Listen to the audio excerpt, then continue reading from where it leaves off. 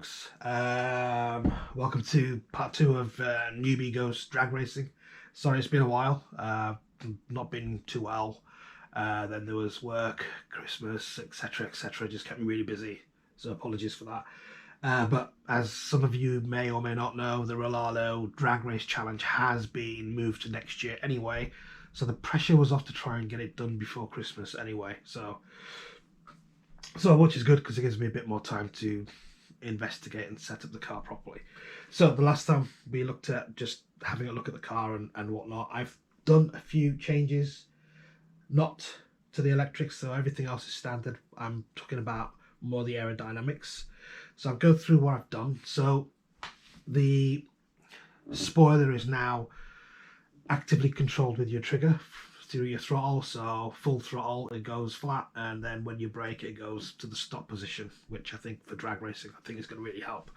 I've also set up the geometry and the suspension, so stiff on the rear and the front has been dropped by a bit so that you've got that drag rake but still allowing you enough of a still giving you enough space to not scrape the front of the car when you slam your brakes on after you when you want to stop.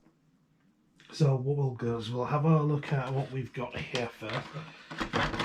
So the car is, you're going to be able to see, but it's more or less standard. So you've got your two 150 amp ESCs, so that is the standard dual setup you get when you order the car from Rlaarlo. So when you order the car as a dual car setup, these are the two motors that you get with it.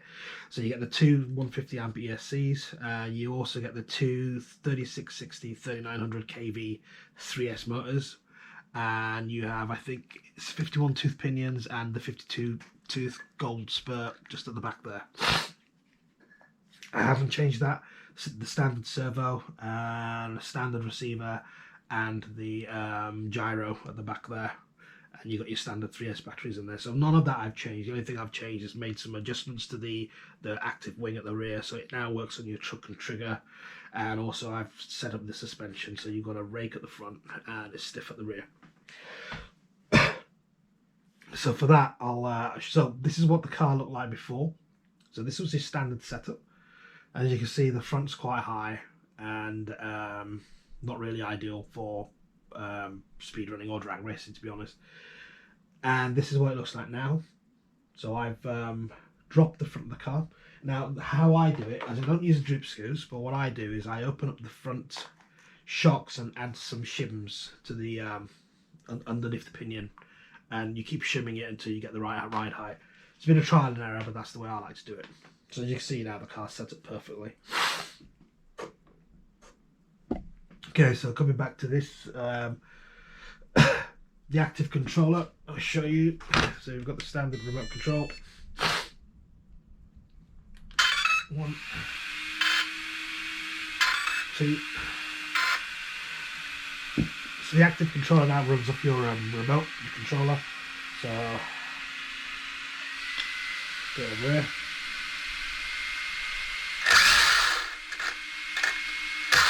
It's moving there. I'll move it around a bit.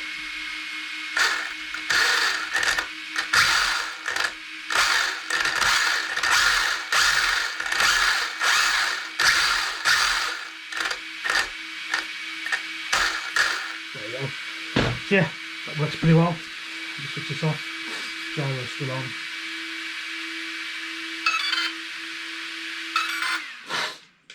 You can't hear yourself think over those fans. Yeah, so that's as much as I've done so far. So what I want to do is I want to run it like it is and get a benchmark. I think it would be good to see what it does out of the box, so to speak. I mean, like I said, nothing's been changed electronically wise. It's just some of the suspension has been set up. So I want to see how that runs, and then after that we are going to put in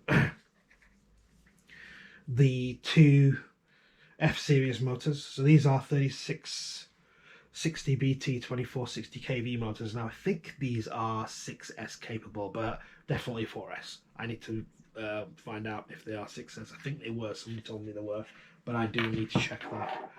And also I've got the 52 spares for those. Sorry, the 51 teeth pinions for those, and it'll be on the same spur that you got in the 52 teeth spur.